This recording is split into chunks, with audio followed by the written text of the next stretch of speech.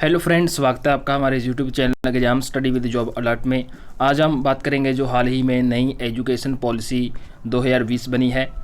इन सभी बातों पर हम डिस्कस करेंगे। पूर्ण विश्लेषण आपको बताएंगे कि इस नई पॉलिसी में क्या क्या कुछ है जो बदलाव हुआ है।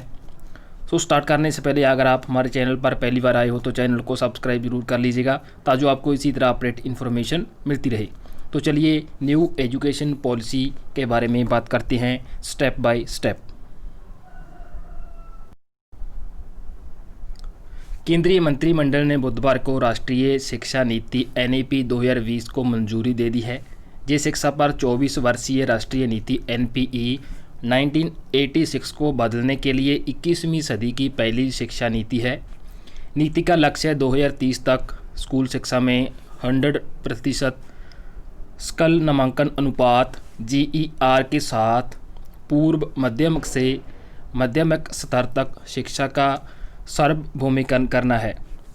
NEP में कुछ सबसे बड़े सुधारों में मातृभाषा या क्षेत्रीय भाषा में कक्षा 5 तक पढ़ाना, बोर्ड परीक्षा के दबाव को कम करना, विदेशी विश्वविद्यालयों को भारत में कैंपस स्थापित करने की अनुमति देना, कानून और मेडिकल कॉलेजों को छोड़कर उच्च शिक्षा संस्थानों के लिए एक एकल नियामक शामिल है। तो इनकी 15 बातें हैं न्यू एजुकेशन पॉलिसी 2020 की। जो 15 हाइलाइट्स दी गई हैं वो हम आपके साथ स्टेप बाय स्टेप विस्तार सहित शेयर करेंगे। तो पहली है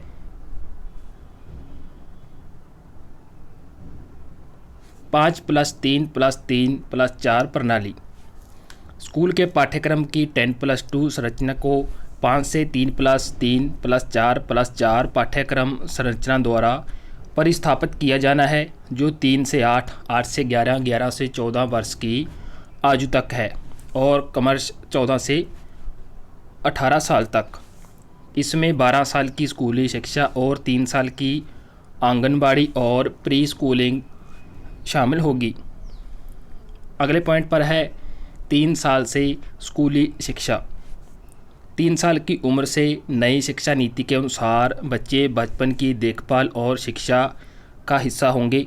ये एक स्टैंड अलोन आंगनबाड़ियों के माध्यम से दिया जाएगा। प्राथमिक विद्यालयों के साथ ये आंगनबाड़ियाँ पूर्व प्राथमिक विद्यालयों वर्गों में कम से कम 5 से 6 वर्ष की आयु के साथ, प्राथमिक विद्यालयों के साथ सह-स्थित और स्टैंड अलोन प्री स्कूल, जिनमें से कई कार्यकर्ता शिक्षक भर्ती करेंगे जो विशेष रूप से ECCE के पाठ्यक्रम और शिक्षा शास्त्र में प्रशिक्षित हैं। अगला पॉइंट है पुस्तकालय को बढ़ावा देना।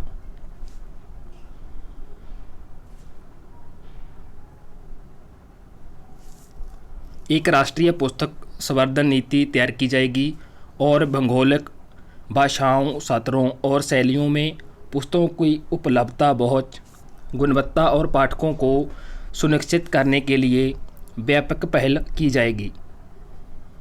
अगला पॉइंट है मातृभाषा क्षेत्रीय भाषा में कक्षा 5वीं तक पढ़ाना। NEP के अनुसार कक्षा 5 तक, कक्षा 8 और उससे आगे तक सभी स्कूलों में मातृभाषा या फिर स्थानीय या फिर क्षेत्रीय भाषा शिक्षा का माध्यम होगी।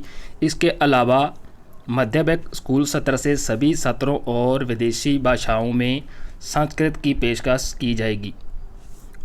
अगला पॉइंट है बाल भवन बनाना।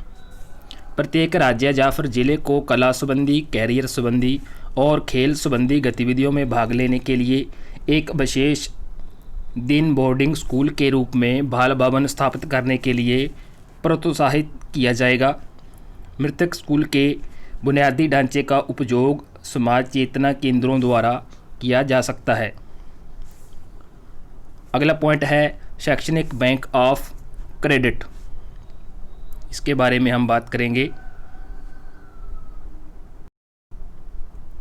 6वां पॉइंट है इसे विभिन्न HEI से अर्जित डिजिटल क्रेडिट को डिजिटल रूप से संग्रहित करने के लिए स्थापित किया जाना चाहिए ताकि इन्हें स्थानांतरित किया जा सके और अंतर रूप से अर्जित डिग्री की ओर गिना जा सके।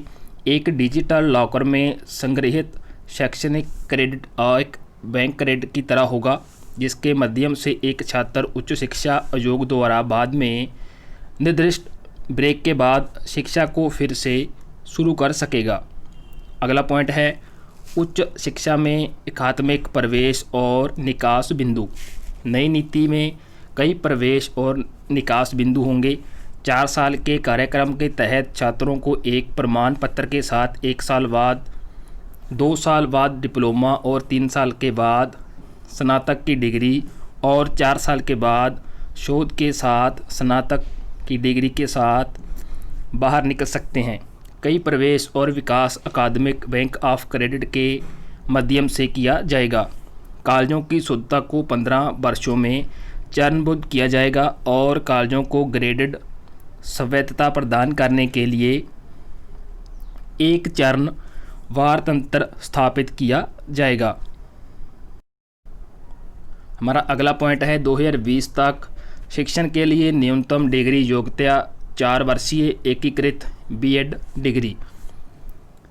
10 बोर्ड परीक्षा में आसानी। कक्षा 10वीं और 12वीं की बोर्ड परीक्षाएं जारी रहेंगी। हालांकि बोर्ड परीक्षा को आसान बनाया जाएगा क्योंकि वे मुख्य रूप से कोचिंग या फिर मेमोराइजेशन के बजाय मुख्य क्षमताओं दस्ताओं का परीक्षण करेंगे। अगला पॉइंट है रिपोर्ट कार्ड में परिवर्तन। स्कूल आधारित मूल्यांकन के लिए सभी छात्रों के प्रगति कार्ड को नया रूप दिया जाएगा। ये एक समग्र 360 डिग्री बहुआयामी रिपोर्ट कार्ड होगा जो कि संज्ञानात्मक, भावनात्मक और साइकोमोटर डोमेन में प्रत्येक शिक्षार्थी की प्रगति और विशिष्टता को बहुत विस्तार से दर्शाएगा। प्रगति कार्ड में स्वयं मूल्यांकन, सहकर्मी मूल्यांकन और शिक्षक मूल्यांकन शामिल होंगे। अगला पॉइंट है भारत में विदेशी विश्वविद्यालय। अगला पॉइंट है एनईपी ने विज्ञान वाणिज्य कला धाराओं को समाप्त किया। एनईपी ने धाराओं को कठोर पृथक्करण को समाप्त कर दिया। छात्र अब कक्षा 11वीं और 12वीं में एक ही समय में इतिहास और भौतिकी जैसे विषयों का चयन कर सकेंगे। अगला पॉइंट है राष्ट्रीय शैक्षिक प्रौद्योगिकी फोरम। हमारा 14वां पॉइंट है एक स्वायत्त निकाय राष्ट्रीय शैक्षिक प्रौद्योगिकी फोरम NETF शिक्षण मूल्यांकन योजना प्रशासन को बढ़ाने के लिए प्रौद्योगिकी के लिए उपयोग पर विचारों के मुक्त आदान प्रदान के लिए एक मंच प्रदान करने के लिए बनाया जाएगा। कॉलेज प्रवेश के लिए आम प्रवेश परीक्षा। राष्ट्रीय परीक्षण एजेंसी NTA देश भर के विश्वविद्यालयों में प्रवेश के लिए प्रवेश परीक्षा आयोजित करेगी। NTA पहले से ही अखिल भारतीय इंजीनियरिंग प्रवेश परीक्षा JEE main, NEET, UGC net और अन्य का आयोजन करता है। NEP 2020 के अनुसार विश्वविद्यालयों और कॉलेजों में प्रवेश के लिए NTA द्वारा आयोजित की जाने वाली प्रवेश परीक्षा काल्पनिक होगी।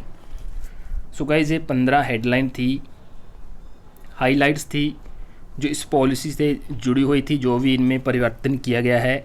अब आप नए एडमिशन लोगे तो आपको ये हेल्पफुल रहेगी वीडियो अच्छी लगे लाइक, कमेंट और आगे ज़रूर शेयर कीजिएगा। और ऐसे ही अपडेट पाने के लिए हमारे चैनल को सब्सक्राइब जरूर कर लीजिएगा। धन्यवाद।